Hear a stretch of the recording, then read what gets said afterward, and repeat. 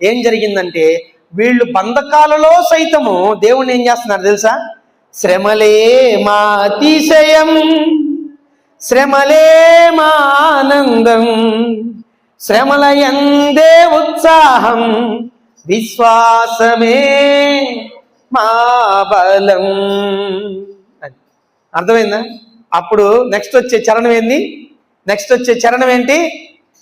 సేవించే మహాదేవుడు రక్షించక మానునా. మీరు పాడాలి, రక్షించకపోయినా సేవించుట మానము. మరలా, సేవించే మా దేవుడు రక్షించక మానునా, రక్షించకపోయినా సేవించుట మానము. ఇటువంటి విశ్వాసమే తండ్రినే తాకునే, ఇటువంటి విశ్వాసమే తండ్రినే తాకునే. చెరలోకి దేవుడు రాగా ఏదైనా హాని చేయునా, చెరలోకి దేవుడు రాగా ఏదైనా హాని చేయునా.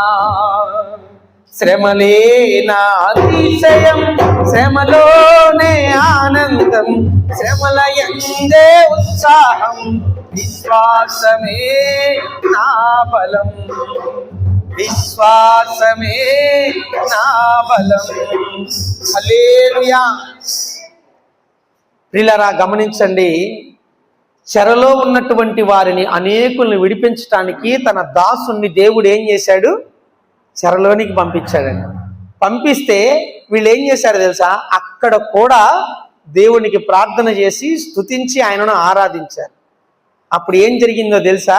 వీళ్ళు వింటున్నారు కదా, విన్న వారికి ఏం జరిగిందంట? అందుకనే వినుట వలన విశ్వాసము కలుగును, వినుట క్రీస్తుని గూర్చిన మాట వలన కలుగును. వీళ్ళు విన్నారు కదా, విశ్వసించారు.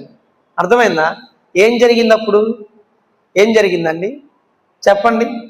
ఆ తర్వాత వచనం, అప్పుడు అకస్మాత్తుగా మహాభూకంపము కలిగెను, చెరసాల పునాదులు అదరెను, వెంటనే తలుపులన్నీ తెరుచుకొనెను, అందరి బంధకములు ఊడెను. దేవునికి స్తోత్రం. హల్లెలూయా.